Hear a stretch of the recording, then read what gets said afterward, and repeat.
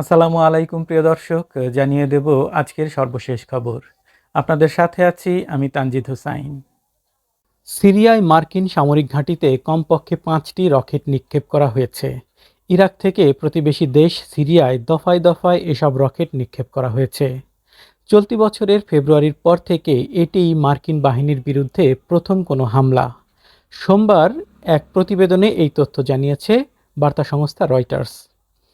ইরাকের দুই নিরাপত্তা সূত্র রয়টার্সকে জানিয়েছে, রোববার ইরাকের জুম্মার শহর থেকে উত্তর পূর্ব সিরিয়ার একটি মার্কিন সামরিক ঘাঁটির দিকে অন্তত 5টি রকেট ছোড়া হয়েছে।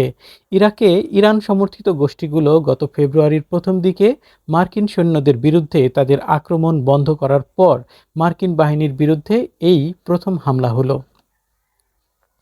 রয়টার্স বলছে, ইরাক থেকে এই হামলা এমন এক সময় হলো যখন ইরাকের প্রধানমন্ত্রী মোহাম্মদ শিয়া আল সুদানি যুক্তরাষ্ট্র সফর থেকে একদিন আগেই ফিরে এসেছেন। যুক্তরাষ্ট্র সফরের সময় তিনি হোয়াইট হাউসে প্রেসিডেন্ট জো বাইডেনের সঙ্গে বৈঠকও করেছিলেন। দুটি নিরাপত্তা সূত্র এবং একজন জ্যেষ্ঠ সেনা কর্মকর্তা বলেছেন, একটি ছোট ট্রাকের পেছনেই স্থির করে লাগানো একটি রকেট লঞ্চার সিরিয়ার সীমান্তবর্তী শহর জুম্মার পার্কে করা হয়েছে। সামরিক কর্মকর্তা বলেন, যুদ্ধবিমান যখন আকাশে ছিল ঠিক তখনই অনিক্ষিপ্ত রকেটের বিস্ফোরণে ট্রাকে আগুন ধরে যায়। ঘটনার সংবেদনশীলতার কারণে নাম প্রকাশ না করার শর্তে একজন সামরিক কর্মকর্তা বলেন, ট্রাকটিতে মার্কিন যুদ্ধবিমান বোমা হামলা করেছে কিনা তা আমরা তদন্ত না করে নিশ্চিত করে বলতে পারছি না।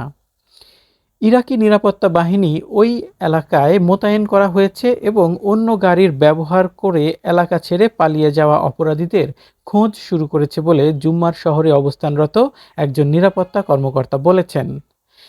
নিরাপত্তা সংক্রান্ত তথ্য প্রচারের দায়িত্বে থাকা সরকারি সংস্থা ইরাকি সিকিউরিটি মেডিকো সেল এক বিবৃতিতে বলেছে, ইরাকি বাহিনী সিরিয়ার সীমান্তের কাছে অপরাধীদের লক্ষ্য করে বিস্তৃত অনুসন্ধান ও অভিযান শুরু করেছে এবং অপরাধীদের বিচারের আওতায় আনার অঙ্গীকার করেছে।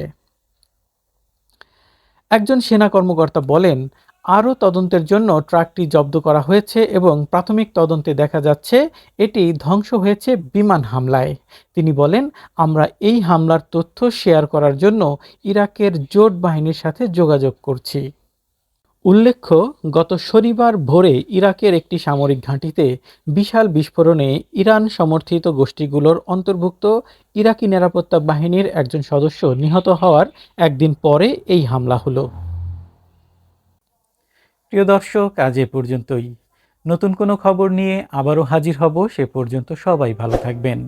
চ্যানেলটিকে সাবস্ক্রাইব করে না থাকলে এখনই সাবস্ক্রাইব করুন এবং পাশে থাকা বেল আইকনটি বাজিয়ে দিন। আর ফেসবুক থেকে দেখে থাকলে ফলো দিয়ে রাখবেন। এতে সবার আগে আপডেট নিউজ পেয়ে যাবেন আপনার নোটিফিকেশানে। সুস্থ থাকবেন। আসসালামু আলাইকুম।